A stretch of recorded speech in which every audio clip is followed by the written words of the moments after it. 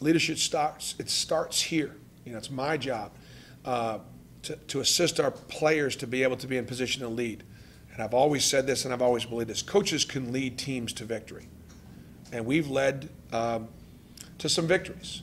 Coaches can't lead teams to championships. That has to come from within. And so I do feel like we need better leadership from me. We absolutely need better leadership from the players.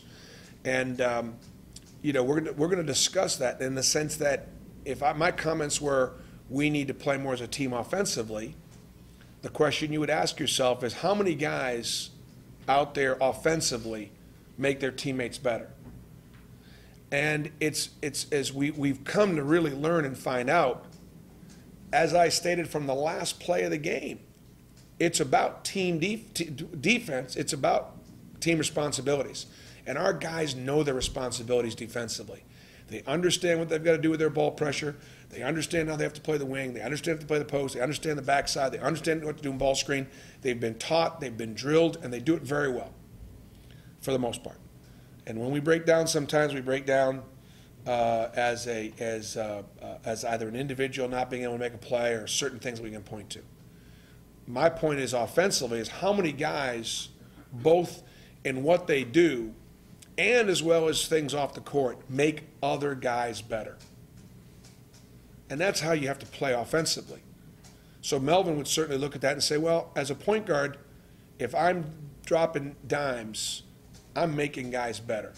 But if guys aren't moving without the basketball when Melvin goes in and penetrates, if they're not back cutting, if they're not circling back, if they're not making violent, aggressive moves when the ball gets passed into the post, not just to offensive rebound, but to get themselves open and relocate. And if we're standing there watching Melvin drive, watching Scotty drive, watching Tobias drive, we're not doing what we're supposed to be doing. Or if we're not passing the ball, we had some very sloppy passes that were turnovers. If the only time we're screening is in play call situations where everything is sort of set up, and we're not screening in continuity, we're not making anybody else better by screening and spacing and moving. I know it's late February, but that's something that we have to improve on. Leadership on the court would help that. Leadership is what do you do by making somebody else better on the floor. So when Melvin Goins says, hey, leadership, I agree, I'm with that, but leadership it's everywhere.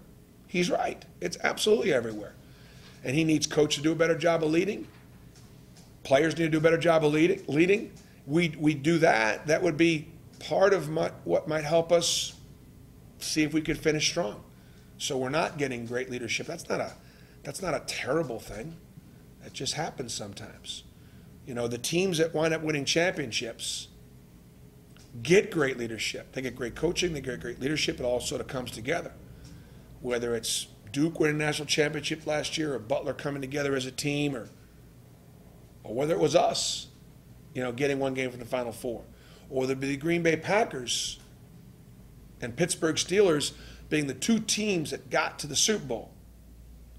They got to the Super Bowl not just because their head coaches were terrific and did a great job, that's a factor, but they got great leadership from within that team on both sides of the ball. And that would be one area that I feel like we could benefit from.